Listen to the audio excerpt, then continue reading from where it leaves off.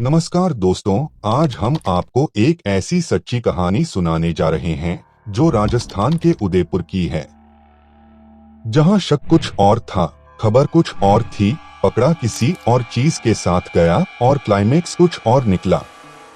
यह कहानी एक क्राइम शो से इंस्पायर होकर की गई एक खौफनाक हत्या और साजिश की है।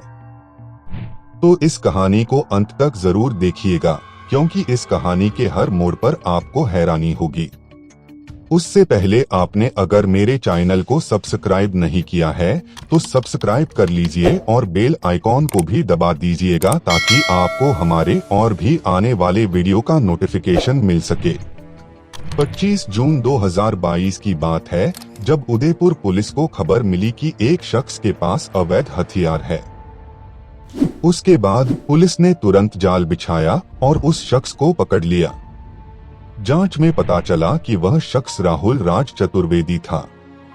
राहुल पहले उदयपुर के एक मंदिर में पुजारी था और बाद में उसने राजसमंद में चाय की पत्ती का बिजनेस शुरू किया था। पुलिस ने राहुल को गिरफ्तार किया और पूछताछ शुरू की। पुलिस ने जब राहुल से पूछताछ की तो वह पहले बेहद शांत और संयमित नजर आया। उसने बताया कि उसने कभी भी कुछ गलत नहीं किया और वह सिर्फ अपने जीवन में शांति और सरलता से रहना चाहता था। लेकिन जब पुलिस ने उससे अवैध हथियार के बारे में सवाल पूछना शुरू किया तो राहुल घबरा गया और उसके चेहरे पर तनाव साफ दिखने लगा। पुलिस को उसके इस व्यवहार से शक होने लगा कि वह कुछ छुपा रहा है।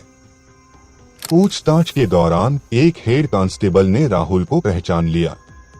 दरअसल 4 साल पहले राहुल को एक झगड़े के मामले में तलब किया गया था। मामला भानुप्रिया नाम की एक महिला से जुड़ा था, जो 2019 में अपने 2 बच्चों के साथ हनुमान मंदिर आई थी और रो रही थी। राहुल ने उन्हें खाना खिलाया और कुछ दिन मंदिर में रहने दिया। बाद में भानुप्रिया अपने घर लौट गई। हेड कांस्टेबल ने पुलिस टीम को बताया कि भानुप्रिया और राहुल के बीच कुछ असामान्य संबंध थे। वह अक्सर मंदिर में आती थी और राहुल से बात करती थी। यह सुनकर पुलिस ने भानुप्रिया के बारे में और जानकारी इकट्ठी करना शुरू किया। उन्होंने भानुप्रिया के घर और पड़ोसियों से पूछताछ की, जिससे पता चला कि भानुप्रिया पिछले कुछ महीनों से गायब थी। कुछ महीने बाद भानुप्रिया फिर मंदिर लौटी और इस बार अकेली थी। उसने बताया कि उसका तलाक हो चुका है और बच्चे अब पति के पास रहेंगे। इसके बाद राहुल ने राजसमंद में एक अपार्टमेंट में 2 कमरे किराए पर लिए और वे लिव इन में रहने लगे। शुरुआत में सब ठीक रहा, लेकिन 2020 में लॉकडाउन के दौरान उनके रिश्ते में दरार आ गई और झगड़े बढ़ने लगे। शुरुआती दिनों में राहुल और भानुप्रिया का रिश्ता बहुत अच्छा था। वे एक दूसरे की कंपनी का आनंद लेते थे और एक साथ बहुत खुश थे। लेकिन जैसे जैसे समय बीतता गया, उनके रिश्ते में समस्याएं आने लगीं। भानुप्रिया को मिर्गी के दौरे पड़ते थे और राहुल को उसे संभालने में कठिनाई होती थी। इस कारण दोनों के बीच तनाव बढ़ता गया। राहुल का काम भी ठीक से नहीं चल रहा था। लॉकडाउन के कारण चाय की पत्ती का बिजनेस ठप पड़ गया था। आर्थिक तंगी और भानुप्रिया की बीमारी ने उनके जीवन को और भी मुश्किल बना दिया। झगड़े बढ़ते गए और उनके रिश्ते में कड़वाहट आ गई। भानुप्रिया राहुल पर शक करने लगी और राहुल को यह लगने लगा कि भानुप्रिया उसे छोड़कर जा सकती है। एक रात झगड़ा इतना बढ़ गया कि राहुल ने गुस्से में आकर भानुप्रिया की गला घोंटकर हत्या कर दी। उसके बाद उसने क्राइम पेट्रोल का एक एपिसोड 774 देखा, जिसमें एक कातिल ने लाश को ड्रम में रखकर ठिकाने लगाया था। राहुल ने भी यही तरीका अपनाया। उसने भानुप्रिया की लाश को एक ड्रम में रखकर सीमेंट से बंद कर दिया और खुद को सुरक्षित मान लिया। राहुल ने हत्या के बाद डर और घबराहट में अपने फोन पर क्राइम पेट्रोल का एपिसोड देखना शुरू किया। उसे एपिसोड में दिखाया गया तरीका बहुत प्रभावी लगा। उसने सोचा कि अगर वह भी उसी तरह लाश को ठिकाने लगाएगा तो कोई उसे पकड़ नहीं पाएगा। उसने अपनी सारी हिम्मत जुटाकर भानुप्रिया की लाश को ड्रम में डाला और सीमेंट से सील कर दिया। हत्या के बाद राहुल का मनोबल टूट गया और उसने कई दिनों तक घर से बाहर कदम नहीं रखा। उसे हर वक्त डर सताता था कि पुलिस उसे पकड़ लेगी। लेकिन कुछ दिनों बाद जब उसे लगा कि कोई उस पर शक नहीं कर रहा है, तो वह धीरे धीरे सामान्य जीवन में वापस आने लगा। उसने अपने दोस्तों और जानकारों से मिलना शुरू किया और दिखाने की कोशिश की कि सब कुछ सामान्य है। करीब 1.5 साल बाद जून 2022 में गर्मी की वजह से ड्रम का निचला हिस्सा खराब हो गया और लीकेज की वजह से बदबू फैलने लगी। मकान मालिक को बदबू का एहसास हुआ और उसने राहुल को बुलाया। राहुल ने मकान मालिक के साथ मिलकर लाश को घर के पीछे सुनसान जगह पर ले जाकर जला दिया और सबूतों को नदी में फेंक दिया।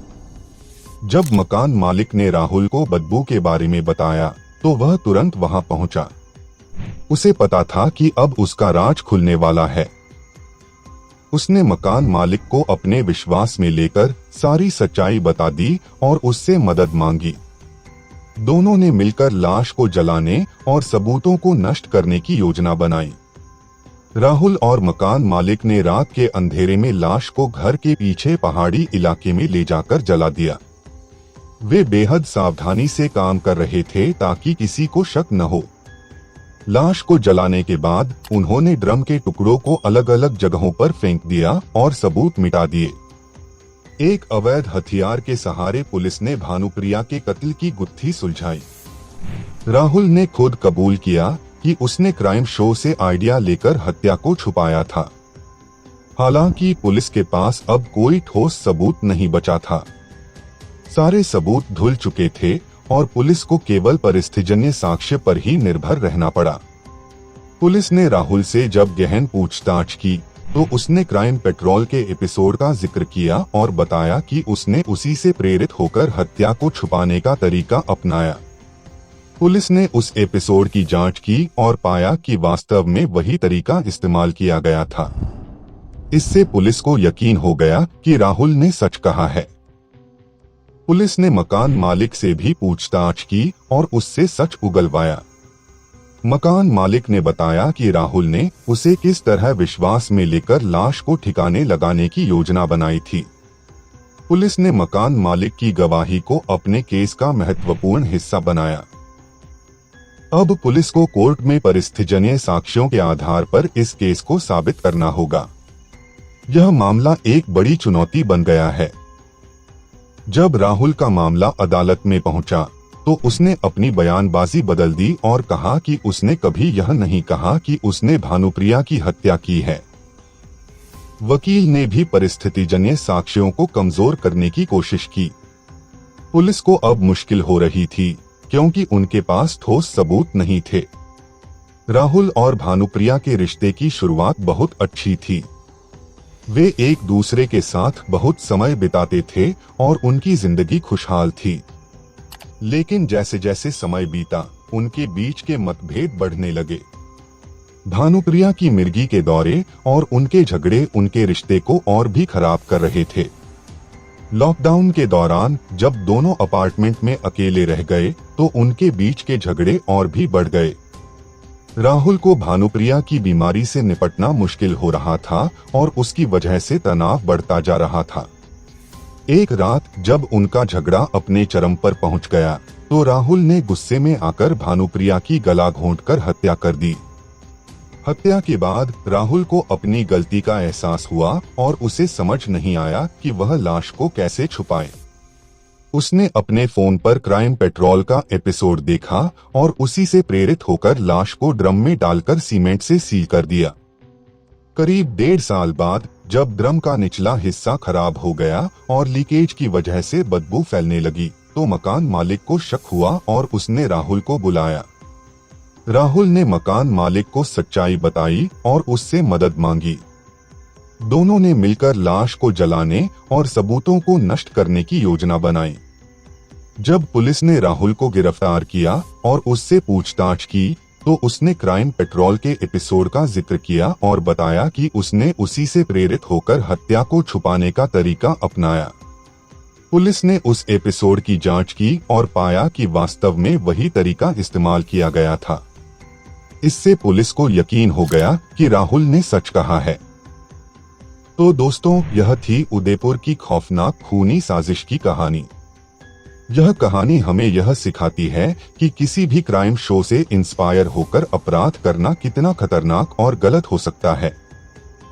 खैर, अगर आपको हमारी यह कहानी पसंद आई हो तो प्लीज लाइक करें, शेयर करें और कमेंट करना ना भूलें।